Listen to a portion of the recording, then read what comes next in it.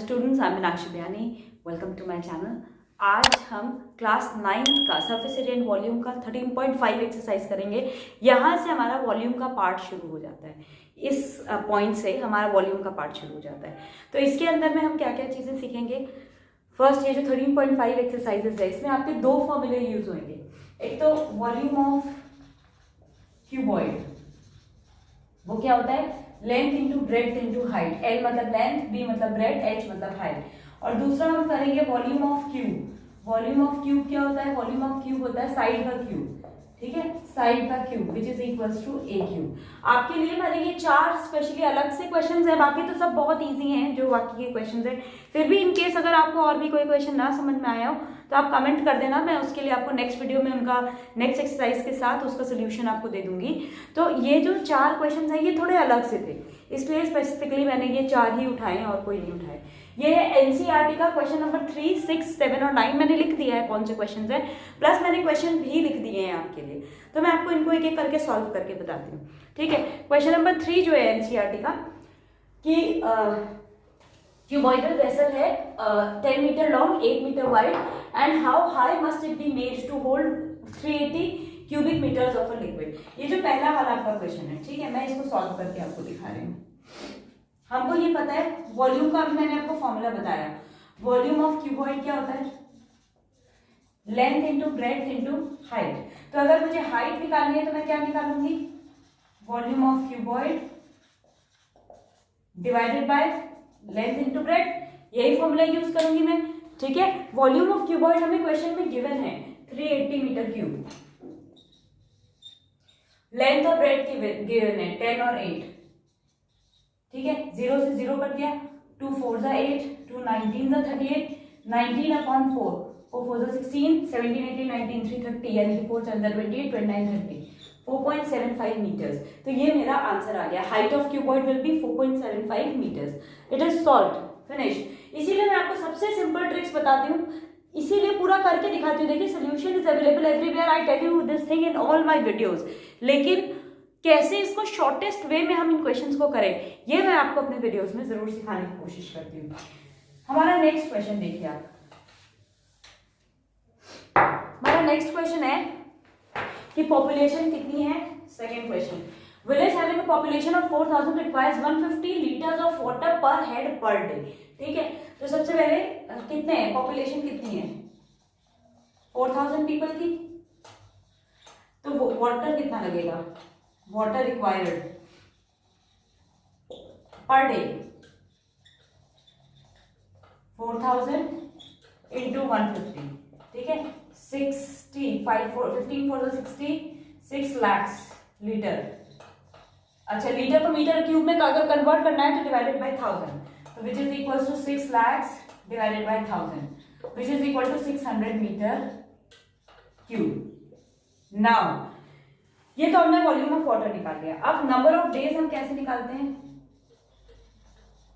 Volume of water in tank, ये कोई नया फॉर्मूला नहीं है, ये सिंपल यूनिटरी मेथड है। Volume of water in tank divided by volume of water required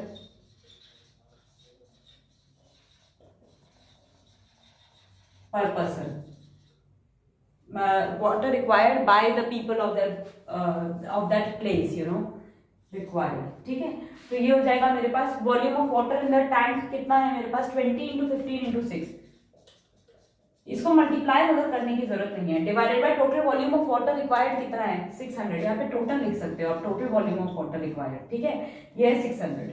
देखिए 0 से 0, 6 10 जा 60, 2 5 जा 10, 5 3 जा 15, कितना दिन चलेगा ये पानी, 3 days. This is your answer. Fine. I think it is clear to you. Now we will move on to our next question. देखिए मेरा कैलकुलेशन आप देखते होंगे, जितना सिंपल हो सकता है उतना सिंपल हम अपने कैलकुलेशंस को रखते हैं।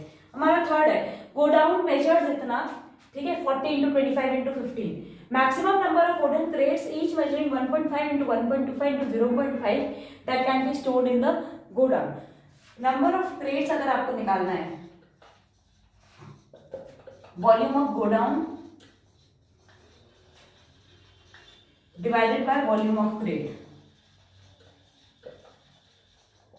देखिएगा, ये सीखने वाली चीज है जो मैं आपको बता रही हूँ, मैं इसीलिए यहीं करती हूँ थोड़ा ऊपर ऊपर। वॉल्यूम ऑफ गोडाउन इन्होंने हमें दिया है 40 into 25 into 15 divided by 1.25 into 0.5 into 1.5। ठीक है, ये डेसिमल हटा इंटू 10, ये डेसिमल हटाया इंटू 100, क्योंकि डेसिमल के बाद 2 प्लेसेस है, ये डेसिमल हटाएंगे तो इंटू 10। ठीक है, अब 25 5 ज़ 125, 5 3 ज़ 15, 3 5 ज़ 15, 5 2 ज़ 10, 5 8 ज़ 40, 8 2 ज़ 16। मतलब मेरे पास बचा क्या क्या, पहले या तो मैं आपको ये लेके दिखाती हूँ।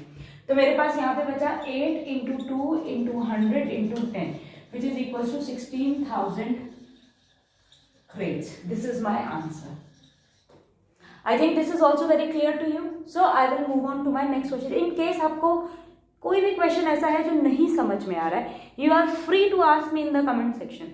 कमेंट सेक्शन में पूछ लो मैम ये क्वेश्चन समझ नहीं आया, आई अश्योर यू कि मैं आपको नेक्स्ट वीडियो में उसको जरूर से एक्सप्लेन करके बताऊंगी। फाइन, ये जो अगला वाला क्वेश्चन है ये बहुत इंपॉर्टेंट है, इसको थोड़ा ध्यान से समझिएगा। इंपॉर्टेंट होने का रीजन ये है, इसका एक लॉजिक होता है, एक कॉन्सेप्ट होता है, आप उसे समझिए। ठीक है, तो ये आपको ज्यादा इजी पड़ेगा। हर जगह इसका सोल्यूशन अलग अलग तरीके से दिया हुआ है, मैं अपने हिसाब से आपको ये सॉल्व करके दिखा रही हूँ। 4th क्वेश्चन, रिवर इतना मीटर डीप, यानी कि height of the river is 3 metre, width इन्होंने हमें दे रखा है 40 metre, length is equal to 2 kilometre which is equal to 2000 metre. अब आप कहोगे ये लेंथ कैसे है, अगर रेट इतना है इसका फ्लो करने का तो obviously this is the length. Fine, now they are telling in 60 minutes volume of water that flows, volume of water which falls in sea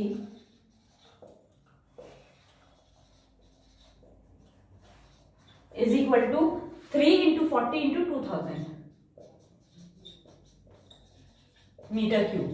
Fine. So therefore in 1 minute, जो कि मेरी question की demand है, volume of water which falls in sea is equal to 3 into 40 into 2000 divided by 60। अब इसको ना multiply मत किया करो, क्योंकि इन क्वेश्चंस में it is not even necessary to multiply. अब सीधे हम इसको काट देते हैं, 2 2 ज़ा 4, 2 3 ज़ा 6, 3 से 3 कैंसिल हो गया, 4000 metre cube. This is my answer कि 1 मिनट में इतना पानी जो है वो फ्लो करके जाएगा।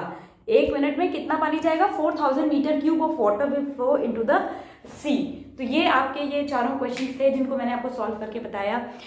If you like my explanation, अगर आपको ये समझ में आया है then please do like share and subscribe my channel. Subscribe करिए, वहाँ देखिए रेड बटन है, बगल में बेल आइकन है, उसको दबाइए। जैसे ही मेरे नेक्स्ट वीडियोस आएंगे आपको पता चल जाएगा। These are the very important questions, जो कि आपके जो मैक्सिमम मार्क्स क्वेश्चंस आते हैं पीछे की तरफ, ये वो क्वेश्चंस है। सो प्लीज़ कॉन्सेंट्रेट, ध्यान से देखिए, सीखिए। इन केस नहीं आता then ask, and I think this explanation is very very clear to you. अगर आपको कुछ भी नहीं आता तो always ask me. Okay then, good bye for today.